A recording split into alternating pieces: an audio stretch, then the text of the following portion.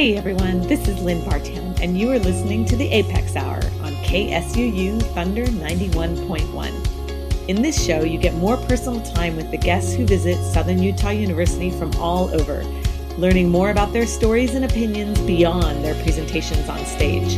We will also give you some new music to listen to and hope to turn you on to some new sounds and new genres.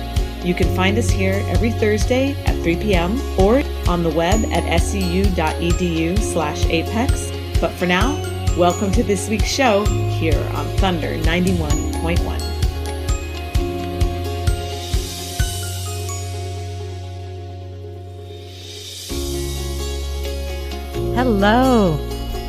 All right. Well, hello and welcome in, everyone. Hope you're all doing great today. This is Lynn Bartown, the host of the A.P.E.X. Hour. It's KSUU, Thunder 91.1. And it is November, and it is 2020 election week. Wow. Well, we're not going to get too much into that, but we are celebrating Native American Month on campus. But more than that, we are just celebrating the author that I have in the room with me today. So I would love to welcome in right away, Taté Walker. Welcome. Thank you. Appreciate being here. It's been so great to have you on campus. And just to kind of dig right in, I would love for you to just tell our audience and listening just a little bit about yourself. Sure. Well, in traditional Indigenous societies, a lot of us introduce ourselves in our language if we're able to do so. So I'd like to do that. Hamitakiapi, chante washte yuha na pech yushapi, jishil tatewi imachiapi, wakpa washte imantahan. And that just identifies me as Taté. I am from Cheyenne River, South Dakota. That's the Mini-Conjou folks. So I'm a citizen of that tribe up there. And I greet you with a good heart. Oh, thank you so much. That is so great. Introductions are a huge part of the culture. And I feel like it's such a beautiful way to sort of open your heart right away. And is that sort of the impact of it? Right. And especially as the speaker or the communicator, it really grounds and centers what I'm trying to do. And if I can incorporate that community right away, which is what I'm trying to do, right? I'm part of this community and this is who I am. And now I'm taking you into my heart.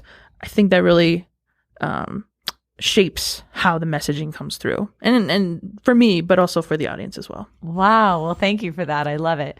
Can you talk just a little bit about your background? And I mean, you are so many things. You are a writer, a blogger, a poet, a designer. I want to get into all of that, but just to give people a little bit more background on how you came to be where you are today. Sure. Well, I'm a hustler, baby. That's sort of where it comes from, right? The folks who are willing to pay me for certain jobs, that's sort of how it started. But I studied in undergrad journalism, and I went to Fort Lewis College in Durango, which isn't unlike the environment here in Cedar City. Lots of beautiful mountains and great student body. And that was the career field I chose. So I spent several years as a newspaper reporter. Oh. And a big part of that was my Indigenous identity. So that really came through in college. College is a great place to find yourself. And for me, that meant finding my Indigenous self.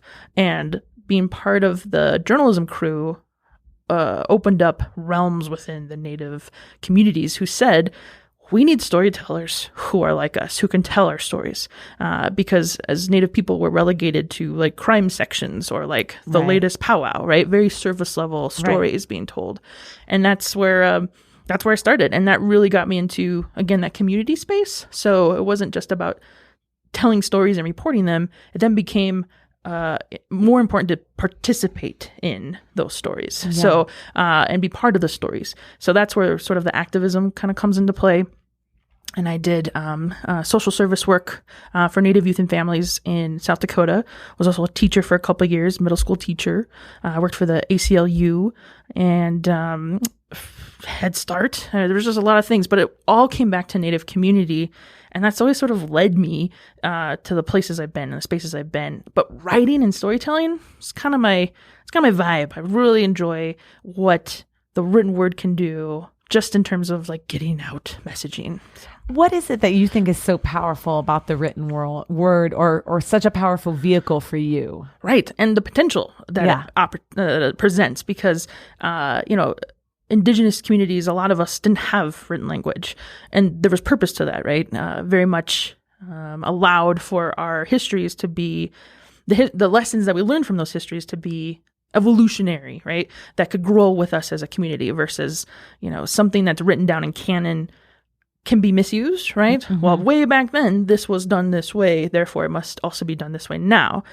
And that's not true for a lot of stuff. I mean, society evolves and recreates itself, and it's possible to do that with our histories. And I think with the written word, as somebody who struggles with anxiety, first of all, and also as somebody who I feel like the written word allows me to structure what I want to say in the best way possible. Right. And it's really important to me that I get the message across in appropriate ways, because so much can be lost with just speaking, or like the reactionary stuff that can happen on broadcast news, right? Like, what do you think about this? Oh, I don't know. It's great, right. But I really wanted to say this, and the written word can let me do that. And beyond that, poetry in particular allows that written word to be just express way more emotion than, say, like a news article can. Yeah. Tell me a little bit about poetry. I've seen your poetry a bit online, but tell me a little bit about that process, a little bit about your poetic message, and will we ever see a book of poetry from you? I think so. I've been approached by a good friend who just started an Indigenous publishing house, who's also a published poet themselves, Amber McCrary. So keep an eye out for that. But I actually do have a full manuscript of poems. So over 100 pages, which for some poets are like, whoa. And so that's called the Trickster Riots. So the play on the riots. Yeah. Trickster Rights. So poetry has... I think a lot of us come to poetry from like an academic standpoint where it's very formulaic, right? You have to have, the sonnets and, the pentameters and the rhythms, which I think there's definitely place for that. And I do challenge myself, or try to challenge myself, to stick within sort of like a rhyme scheme. But man, again, the written word is so vast. Like, I love finding words to not in Lakota words specifically, like, what is a word that we have for, say, the sun, right? Which is we. And then when you kind of play with that, we as in like the royal we, W-E, and then we in Lakota is W-I. There's something that can be done connecting those two, right? And it's just kind of fun to look at that. But poetry is that emotional connection with people.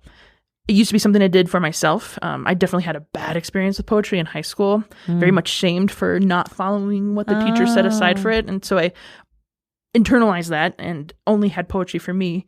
But I think it is a testament to how much it meant that I continued writing poetry for myself. Right.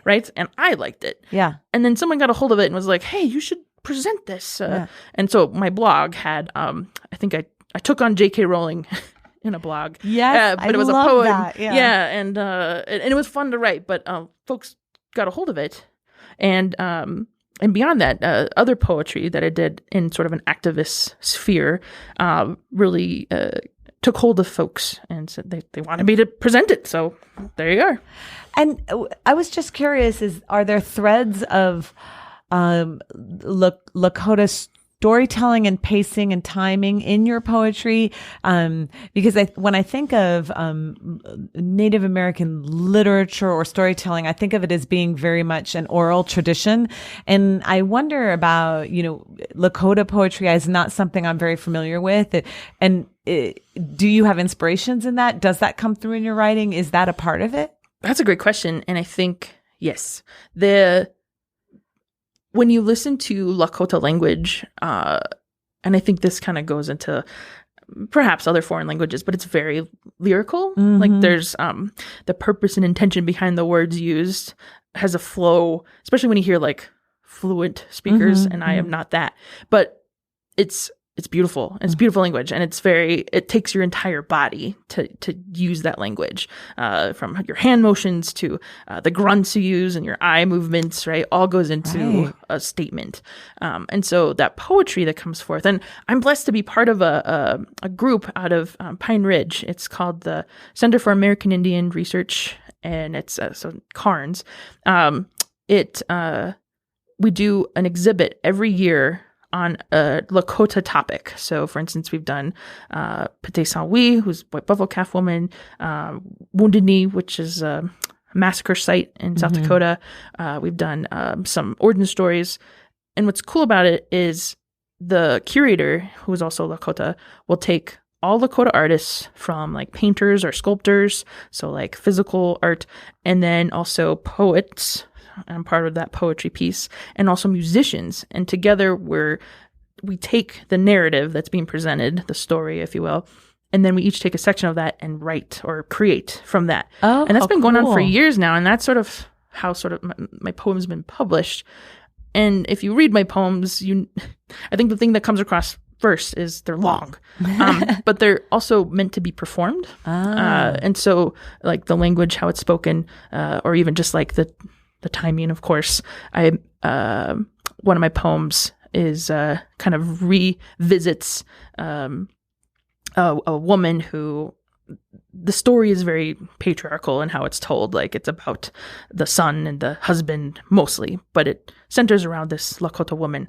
And so I took my poem and sort of made her the center, in which she gets to choose, her path. But one of the things I do in Lakota is take a Star Wars familiar line from Han Solo where Princess Leia says, "I love you," and Han Solo says, "I know." And so I did that in Lakota, and I had to have elders help me with the translation, and they were so confused as to like, why would she say "I know" versus "I love you too"? All right, and I was like, it's a thing, trust me. But so we're able to like contemporize, these traditional languages, and I just love the possibilities with that. Yeah, that's beautiful. I just want to, I know I started out, I want to talk about activism, and we're getting there, but one of the other things that you just said that I just think is so beautiful, I mean, I love language, and also we've been talking about expression, especially in the context of wearing masks, and you just mentioned that, in the Lakota language, maybe eye movements or grunts or things, or whatever, sounds. The nonverbals. The nonverbal sounds. And I wonder if you just could talk a little bit more about that, because I think that might be unfamiliar to a lot of people, and some people might be curious about it. Sure. Well, and I think you can take this from mostly historical lens, because a lot of our languages were lost in the fires of colonialism and things like boarding schools and genocidal policies. So not cool. But when we look at the history of our languages, you have to remember we're on Turtle Island, which had thousands of tribes represented. Right. And we had to interact. And so a lot of our languages incorporate a sign language, which has been studied and used in a lot of, I think, like ethnography stuff to figure out what we're saying and translate those into English. But a lot of how we connected with outside tribes was through body language, right? So things had to represent other things that were well known and widely known. And I think that's pretty cool, because the elders I've been been exposed to always use big gestures when they're speaking, especially when they're passionate about something. So there's a lot of movement and a lot of head nods and like, do you understand me, right? And they're making sure you're following along, and someone's really serious if they don't say something, right? Like, oh, there's silence. I'm probably in trouble now. Yeah. So yeah, and that stuff that's when you talk about reconnecting with community, those are learned behaviors of communication. And when you're not part of the community, and I was not raised as part of like my entire childhood, we had some we did live on the reservation when I was really young, but then my parents divorced, so then I wasn't part of that until college, actually. So not being exposed to that language took me a long time to, like, for instance, teasing, right, is a big part of our culture. And if you haven't been exposed to it, it can sound really mean and bullying, right? Someone teasing you. But it's how you are incorporated into the family. And takes time, but is well worth the learning for sure. Cool. Well, thank you for that. Well, we are going to talk about activism, but first I have some music to play. And I asked Taté for some suggestions of some artists that I might be less familiar with and I really want to like showcase. And, so the first one is Frank Waln, and, the song I have is Runaway. But I was wondering, Taté, can you tell me a little bit about this artist and how you came to know them? Frank is amazing. He's Sichanju Lakota, so Rosebud, and fantastic. He's a younger artist, and like a lot of folks on reservations, youth on reservations, a lot of their outside knowledge comes from pop culture, and rap is very popular on a lot of reservations. He found his voice through rap. He actually went to school for medicine to be a doctor, and actually found that his medicine was through expression in music. And so he's really made a space for like just flute and drum, but also he plays guitar, how that kind of expression can be healing. And yeah, he's just fantastic. Very, very, one of those people who make you just jazz for the future. Oh, I love it. Well, this song is called Runaway. The artist is Frank Wall. You're listening to the A.P.E.X. Hour, KSUU, Thunder 91.1.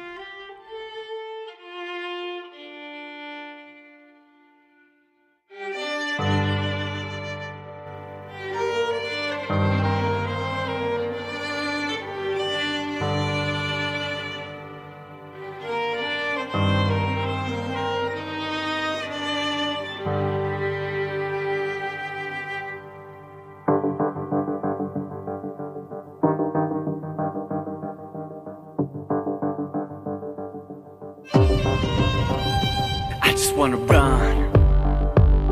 I've been running since the summertime. I feel the time has come to face these monsters of mine. You said that I couldn't leave, but I did. Fell in love, we were young, we were kids. We don't even really know what we did, and they ain't gotta ever know what we hid. Our love died when the beats collide. Our love died when the beats collide. My love died when my beats reside. Our love died where our beats reside.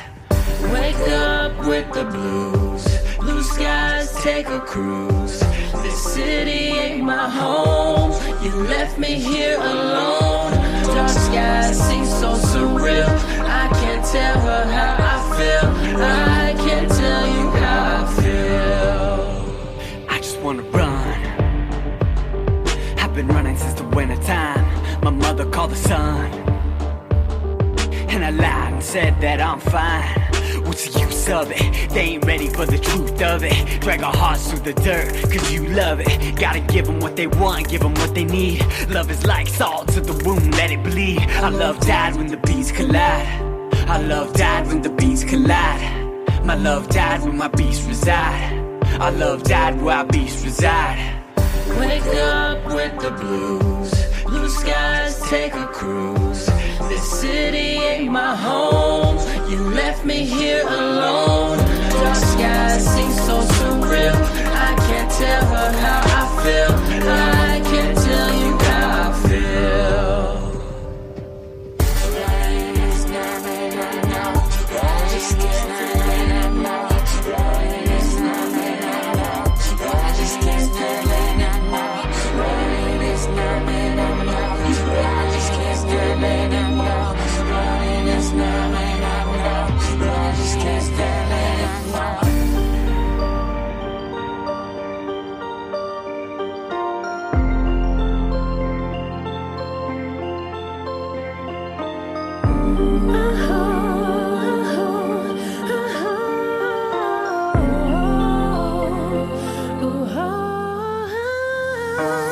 Abandoned bastard sons. Our daddy taught us how to run, leave without a trace, except bruises on the face of the one you left. Generation broken heart. Our moms taught us how to chase those who never cared. I'm aware that love don't care about what's fair. Said we carry the traits that ruin what they had. My biggest fear in life, I become my dad. I become a mother, codependent lover. I become my dad, moving undercover. My love dies when their hearts collide. My love dies when their hearts collide. Got the pain in your heart now. Got the pain in your heart now. Got the hurt that you can't shake. Got the hurt that you can't shake. She got the love in her heart now. She got the love in her heart now. You got the love in your heart now. Got the trust in your heart now.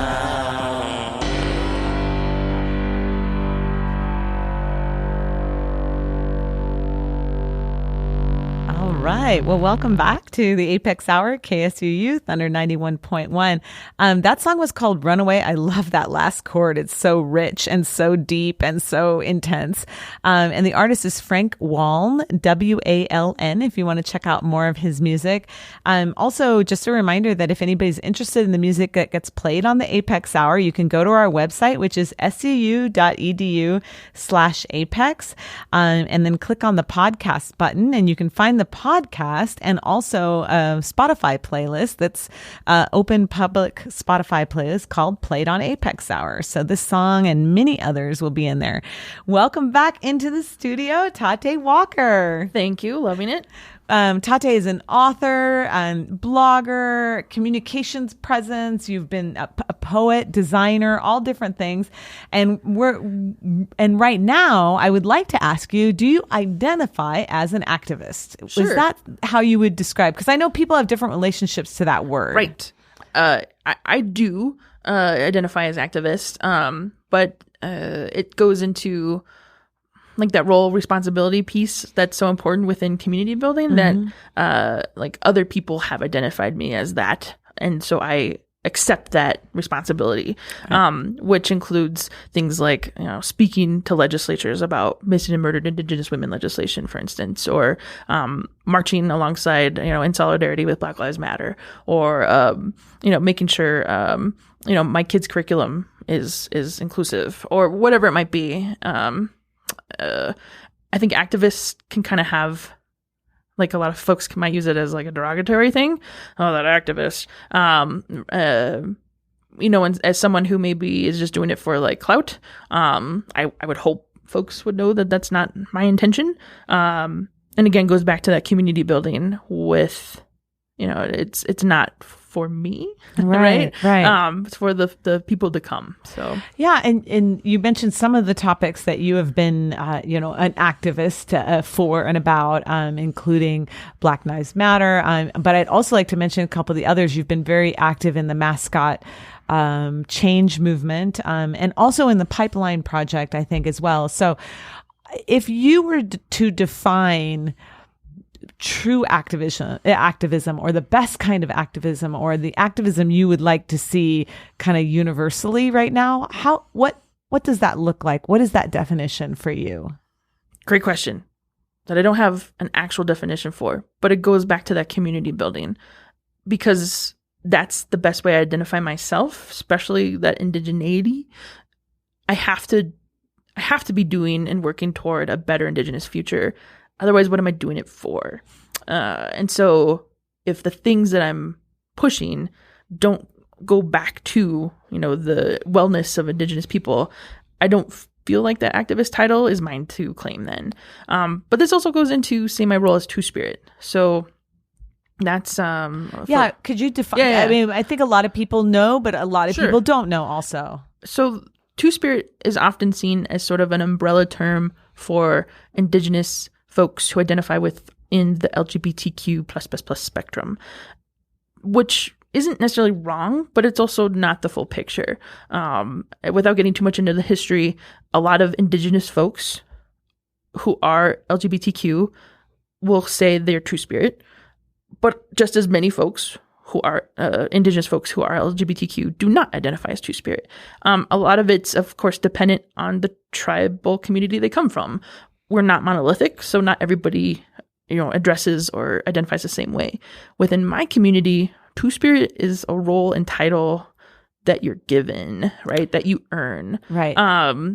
And that's not to say that there are people in my community who maybe haven't necessarily earned that, but and who do identify as Two-Spirit. And I'm not here to like shame them and be like, you haven't done the work. But that is more meaningful to me as an identity, to say like my elders have gifted me with this role and that's how they claim me. And and so I have work to do, right? Yeah. So, and that goes into the activism that I is so meaningful to me. Do you mind if I ask what, and only as much as you're comfortable, but what kind of work is involved in gaining that title and that designation? I'm don't know much about it. Right. I think it's different for depending. I mean, you can ask 10 different people and get 10 different answers. For me, it started with, I mentioned college was a place where I reconnected with my indigenous identity, because it was something that I was displaced from, especially in my teen years. And it starts with coming out as a teenager as queer. I didn't have words for what gender non-binary might be then, so I just said I was gay. I didn't know what that meant, and that was not an accepted thing where I was living. But when I was reclaiming my own indigeneity, Two-Spirit was a concept that was brought up, and it resonated with me. So when I was reclaiming or reintroducing myself to my community and asking elders about it, it started, they were telling me about it and what, for Lakota, what that is. So, Two-Spirit is the colonial words, right? For Lakota, the Wikte is often recognized as sort of like a queer person. It's specific to like a masculine presenting person, claiming like a feminine role. So Wikte, it's literally woman, man. That's like the words that are there. But for me and the elders that I spoke with, when I had to prepare for Sundance ceremony, which is sort of like the ultimate ceremony of sacrifice within Lakota culture. Part of that learning, and it was a full year process, like no drugs, no alcohol. You had to learn language. You had to be able to pray. There was lots of elements of responsibility inherent within this ceremony. Right. So with Sundance, after I completed it, there was sort of this acknowledgement that, you are, you have sacrificed for the people, and now, your real work begins. And so with that, and knowing that, identified, within a queer framework, bisexual, but also now more gender nonconforming, the elders said, well, you're, Wia Witko, and Wia is woman in Lakota, and Witko is, for lack of a better term, it's crazy, but it's beyond. So it's like the idea of seeing beyond is that's the crazy. It's not like crazy as in mental health. It's crazy like, wow, I had no idea that was something that we could think about. Right. So one of our leaders, Lakota leaders, famous Lakota leaders, is Crazy Horse. So his name is Tashunka Witko, and so being Wian Witko was very meaningful. And it was only later, doing some ancestry work with my relatives, that we found my great grandfather is Chief Hump, who was mentor to Crazy Horse. So like the connections that were made within just finding Two-Spirit for myself have just been phenomenal for like giving me purpose, right? Purpose that I felt like was really lost, especially, teenage years are so pivotal for identity development, and just not having, the Lakota presence there was just lots of troubles. Still kind of overcoming some of those with therapy. But that Two-Spirit role that was presented to me was always presented with, okay, it's not just that you're queer, right? Like that's its own thing. Two-Spirit isn't necessarily a gender identity. It's that responsibility that you have to your people in the traditional times, right? Olden times, back before colonialism. It was a healer's role, right? Somebody who could see beyond, just sex and gender, right? It was so wherein there were like medicine men and medicine women, there were Two-Spirits who could heal and work with anyone. Yeah. It wasn't relegated to a certain, gender.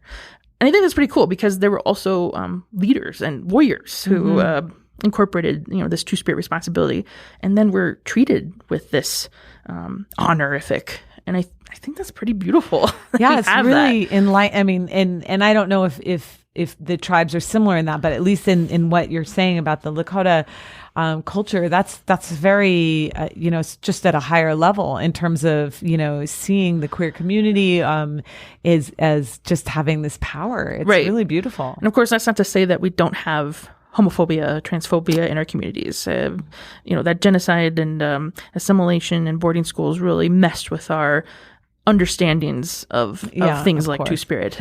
So we're still trying to reclaim that even within our communities. But I'm blessed to say I have family and relatives that have always supported that element. And that's beautiful. How about the feminism side of it? Feminism. I know you've been described as a feminist or a feminist writer, these kinds of things. How do you feel about that term, and how do you what does that term mean to you? Definitely. I claim feminism. I think this idea that we can make the world better by rematriating it is, why not? It doesn't seem to have worked the other way. So, but it also, again, harkens back to how a lot of our traditional indigenous societies were run. And there was a lot of justice that's served when matriarchy takes hold. The feminist title can be problematic for sure. In fact, going to women's studies in college, the feminist is very much a badge of honor. In those classes anyway. Some other classes it's not. But I really rallied with that because it gave me again that purpose that I was seeking. Of course we want equal pay, and yes, we want to read women's literature and not just men. But it was actually Winona LaDuke, who I think visited here a couple years ago. White Earth Ojibwe, and former vice presidential candidate way back when, but has done lots of books and is very good with like food sovereignty and like anti-pipeline work. But I listened to her speak once about feminism and how the ideals of like, we call it like first wave feminism and like third wave feminism, right? Those ideals are very much set in a white supremacy culture. So this idea that it's not about making space for all women of color or people of color. It's or just genders in general, right? Like this idea of inclusion, right? Feminism is often from a like white feminist lens where it's not about dismantling the plantation. It's about owning half of it. Yeah, right. And, and so like that's super problematic. And Winona put it in this great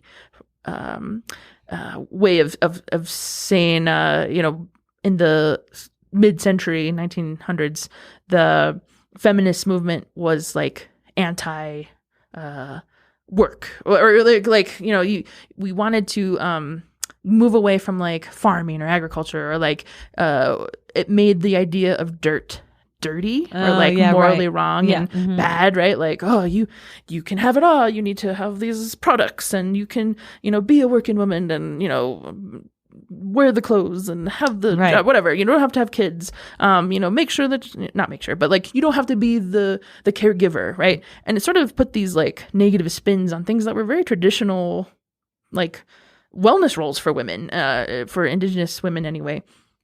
And she, that really kind of opened my eyes to like, oh yeah, there's kind of some issues there, a lot of issues. Feminists, white feminists in particular, seek something they've never had, wherein indigenous people are reclaiming things they had and were taken from them. That's a very important and clear distinction. And it's and that was again something Winona really helped me come to because like feminism, we're like, we want this. And for a lot of natives, it's like, we want it back.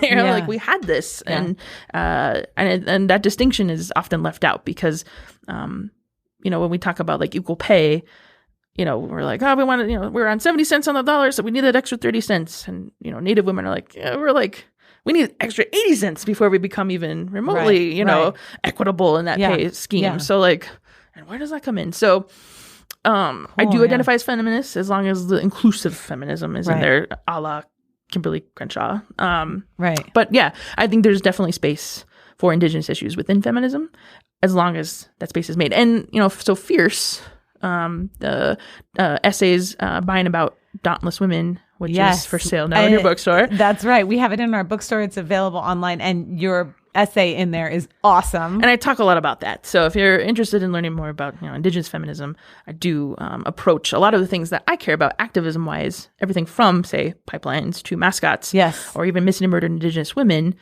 to feminism and like indigenous feminism of like reclaiming versus just, making space for. So yeah, I highly recommend the book. All of the essays I think are fabulous in it. And I really enjoyed yours. I mean, there's just such a broad spectrum of, great history, great things about the culture that I didn't know, the power of women in the culture, and also how it applies today. So yeah, that book is called Fierce. And then we're going to talk about your upcoming book. But before we do that, we have another song to play.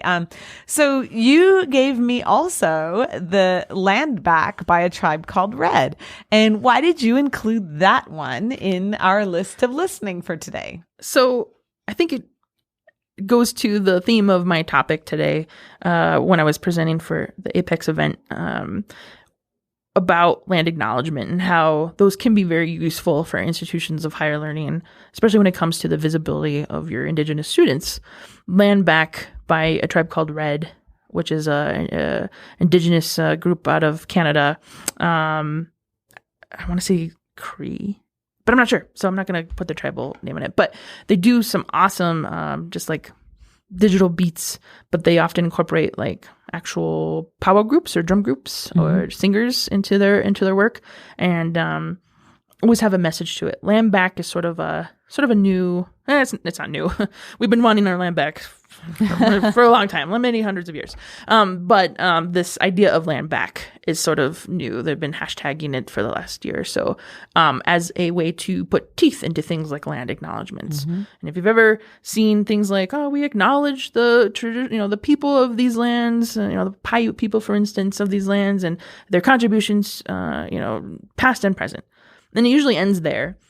Land Back is sort of this idea that, we can go further than just recognizing a people, right? We can actually put forth policies that say even actually, hopefully, the end game of giving the land back, and the benefits that would happen because of it. So this song is sort of, or this music is giving credence to that. Cool. Well, this is Land Back by A Tribe Called Red. You're listening to KSUU Thunder 91.1.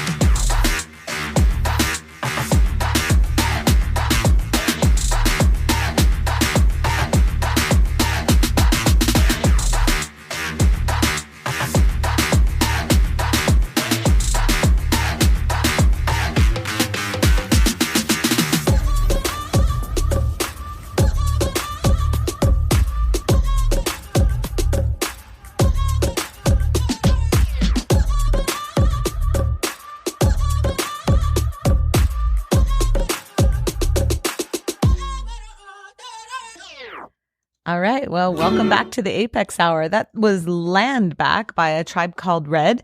This is Lynn Vartan. You're listening to the Apex Hour, KSUU, Thunder 91.1. 91.1. Welcome back into the studio, Taté Walker. That song, Land Back, we were just talking in your presentation today, we were talking about land acknowledgement. And while the song was playing, we were chatting a little bit about that. And I was just curious, if there are any models out there, in other countries or other places in the world where they are, acknowledging or moving towards land back or land acknowledgement in a way that is something we can use as a model. And I mention it because I was saying I've spent the last couple summers in Australia, and before concerts and before events, there would be a native person, an indigenous person to come and say either a prayer or a poem or a dedication of some kind. And I know that in Australia they've made quite a movement in the last 20 years to acknowledge or move towards a great acknowledgement of their indigenous people. And I was just curious if you think that's a good direction. Is that moving in the right way? Is that a model we can follow? What are your thoughts on that? Yeah, no, land acknowledgements became in vogue, I would say, trendy and things that were sort of wider used, not too long ago. I would say maybe within the last decade, but probably more so within the last 5 years, where before presentations or conferences, whatever it might be, that you have a big group of people, you would pause at the beginning and acknowledge the land you're on and the caretakers, past and present, of that land, indigenous people, for instance. Big part of that was the idea that the land you're on is native land. And it's always important to remember that because it's easy to forget, right? And we don't make space for the histories, but also contemporary issues Native folks are experiencing, which means a lot of our issues we're experiencing don't get noticed. So things like oil pipelines or climate change, right? Missing and murdered Indigenous women, which we talked about before, language revitalization, so many things.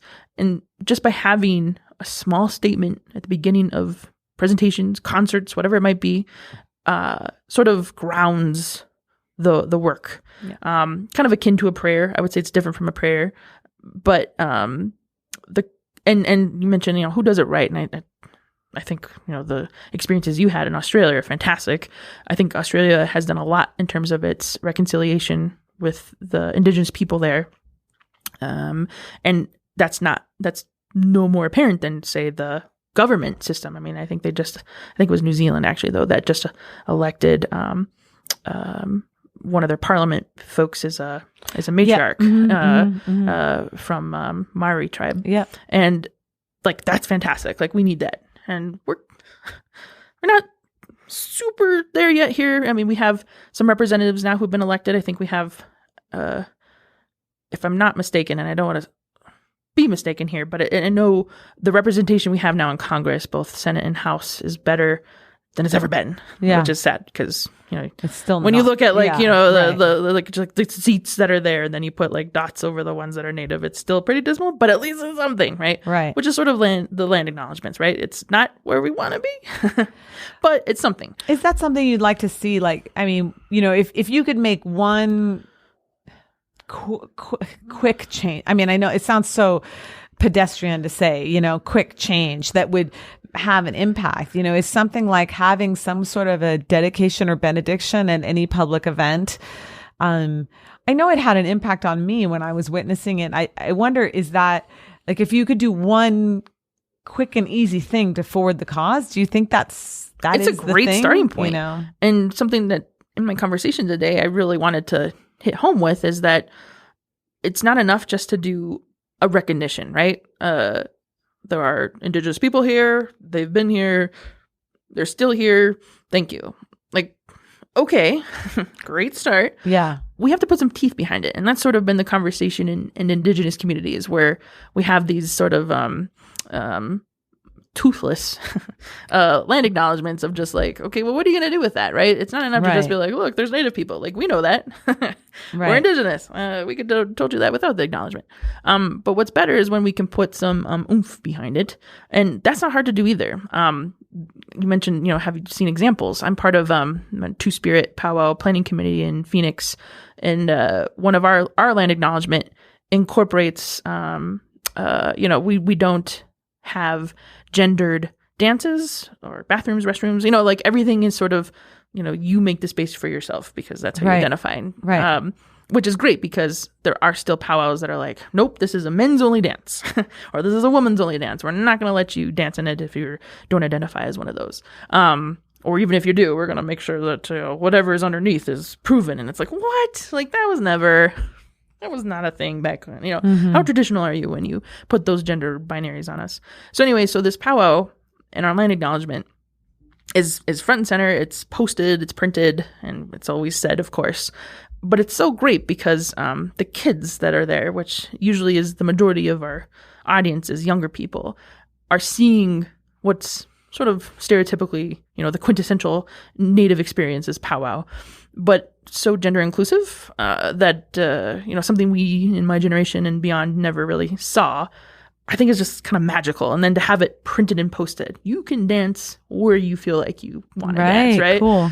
So amazing. So I like that because it's not just recognition, it's action. Yeah. That can be, you can hold people accountable to the action they're stating, right? So what I was trying to get across today is that having the land acknowledgement, because there isn't one for the full institution itself. A lot of colleges do have a land acknowledgement. Building a land acknowledgement with your Indigenous students and faculty, that alone, I think, would be a great starting point for some of that reconciliation to happen.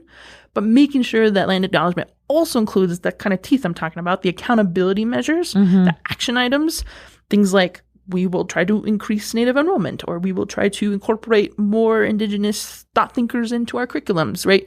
Easy stuff that can be done in very simple kind of baby step ways, but then you learn and progress and you grow from there. And a land acknowledgement is never supposed to be, a stagnant thing. It's supposed to grow with your organization. Yeah, right. So, if it's done right, it's definitely a great place to get some of those changes made. Yeah, cool. Well, I know you've said as long as you have a pen, change can happen. And one of the things that I really enjoyed is I've been, reading a lot of your words online, and I was telling you how much I loved the way you handled your beef with J.K. Rowling, and especially the adorable, oh my gosh, video with you and your daughter, the letter to J.K. Rowling video. And if you haven't seen that, everyone, it is just really wonderful to see you and your daughter, and just your daughter having that wonderful space to share her thoughts and opinions and that vibrancy. But the writing continues, and you have a new book coming out, and I would love to take some time and talking about it. So tell me all about the book, and tell me when it's coming out, and also kind of what your intention is with it, what you want readers to get out of it. For sure. Thank you. I'm so excited. Yeah, I've been published as part of anthologies in the past, so poetry or magazines, things like that. But this is my first book, which, for me in a personal space is like that's my made it moment. I feel like I've done some great stuff for community building, but this is my selfish thing. I'm so excited about this. Yay. Right. Original publication was November 2020, so it was going to be out this month. I know, we were hoping it was going to be out for your visit. I definitely had some mourning period when my publisher was like, look, we're small and, we've been hit hard by COVID. It's Mango Publishing out of Miami, so they're small. And I'm so grateful that they've, given me space and time and whatever. So 2021, they haven't put a date on it, but it will be coming. It's nice because they're also letting me update a couple of the chapters. I mentioned, Indian mascots is a big deal for me. That's how I was politicized, if you will, as a younger person. So it's some of the advancements we've made this summer alone, summer 2020, to the mascot issue, which is huge for Indian people. And so they're going to let me update some of that, which I think is great because it's crucial to the story of that. Right. But the book itself, so Thunder Thighs and Trickster Vibes. It's such an awesome title. Oh my gosh. I love it too. And in fact, when I was first, so I had the manuscript and I was pitching titles because they're like, well, give us a couple things that you think. So I had had a list of probably like 10, but Thunder Thighs and Trickster Vibes is my top. And it's always something I felt, like Trickster was always going to be a part of it. But, my identity, as many people have multiple identities, right? We're multitudes in our human, experience. So one of my other identities is as a fat person, and having acceptance of my body and what it's able to do and how it's able to do, say, like the activism work that's so important, right? Yeah. This body does that. Yes. And I'm proud of that body. Yes. And that's taken me a long time to come to terms with. And a big piece of that is that trickster aspect of like breaking down barriers to bodies like mine. Yeah. And so it sort of fit. And it was a sort of like, I think everyone sort of resonated with, oh, that's great, Thunder Thighs and Trickster Vibes. Fabulous title. Right. So, it's the subtitle is Storied Advice from Your Fat Two-Spirit Auntie. I love it. So, yeah, pretty jazzed. And you were saying it's kind of a guidebook in a way. Right. It's the book I needed as an Indigenous youth. Not necessarily like a kid, but definitely in that teenage, college age, that identity finding stage that we all go through. And having a book like this, which if my writing, if I'm proud of anything in my writing and what I've heard from others in terms of feedback is it's approachable. Yeah. I like words, but I also like words that people can grasp. Well, your writing's very conversational. Right. It feels like you're talking to a friend, and that is awesome. That is purposeful and intentional. I definitely want it to be something where I could speak to you in the same way that my writing comes across. So I even, the asides that I put in are like the italicized. Yeah, totally.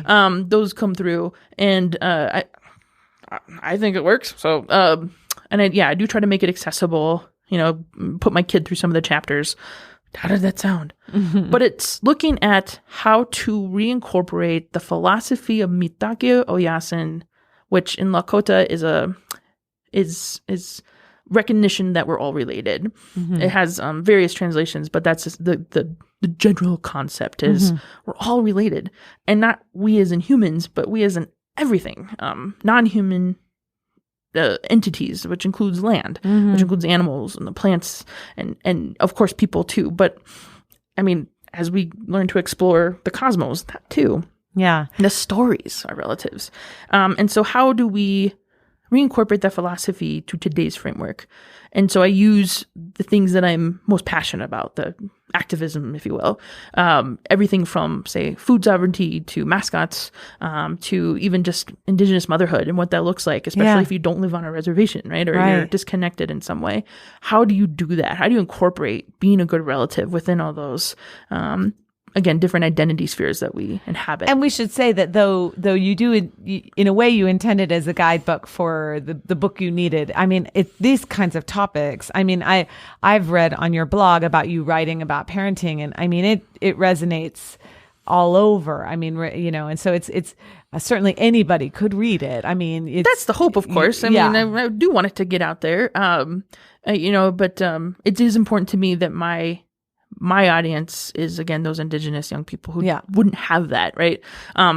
Yes, universal concepts. I mean, and that's sort of always been what Indigenous people, I think, are known for. Things that people can appropriate, right? Like ideas and concepts that, like, oh, that sounds really good. I would love to be more connected to the land. I would love to use, this kind of adornment or whatever for my own purposes. And including that of radical love. Right. Which is a beautiful one that we have all appropriated and used, but is a centerpiece of it. Right. And like, what does that look like, right? People are like, that's kind of a like buzzword, radical love. What does that mean?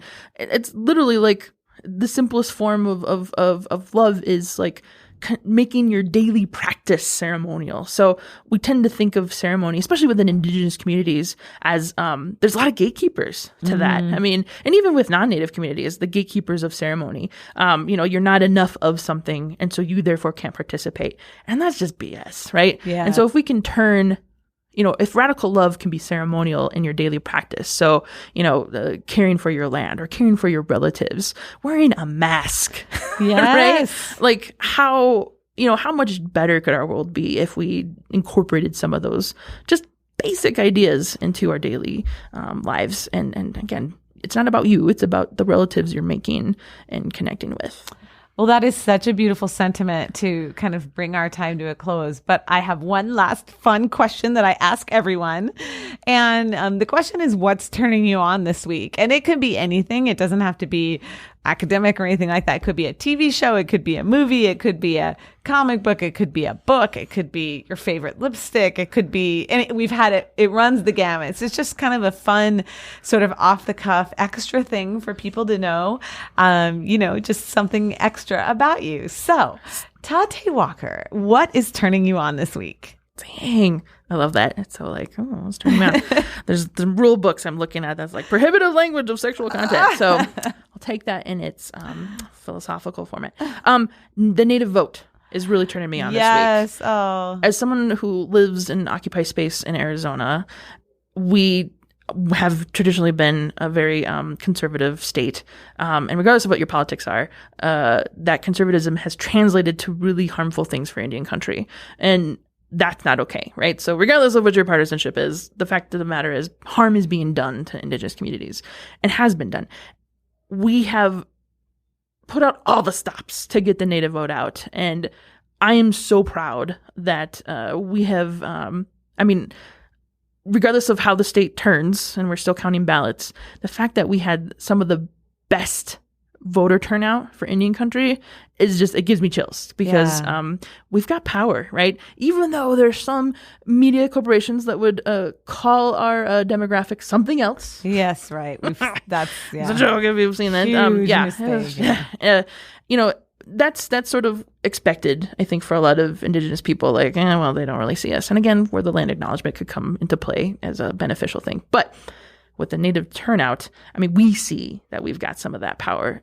And power that was never like ours really to hold.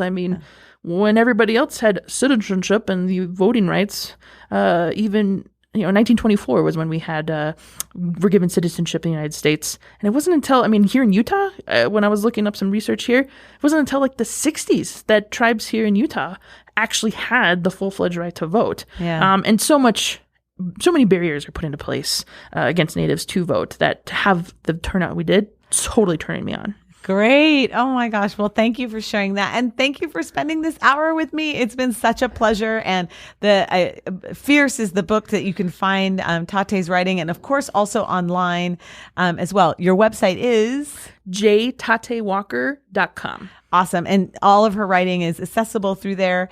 And then the new book, Thunder Thighs and Trickster Vibes, is coming out in 2021. And with that, we'll say goodbye. Thanks for listening.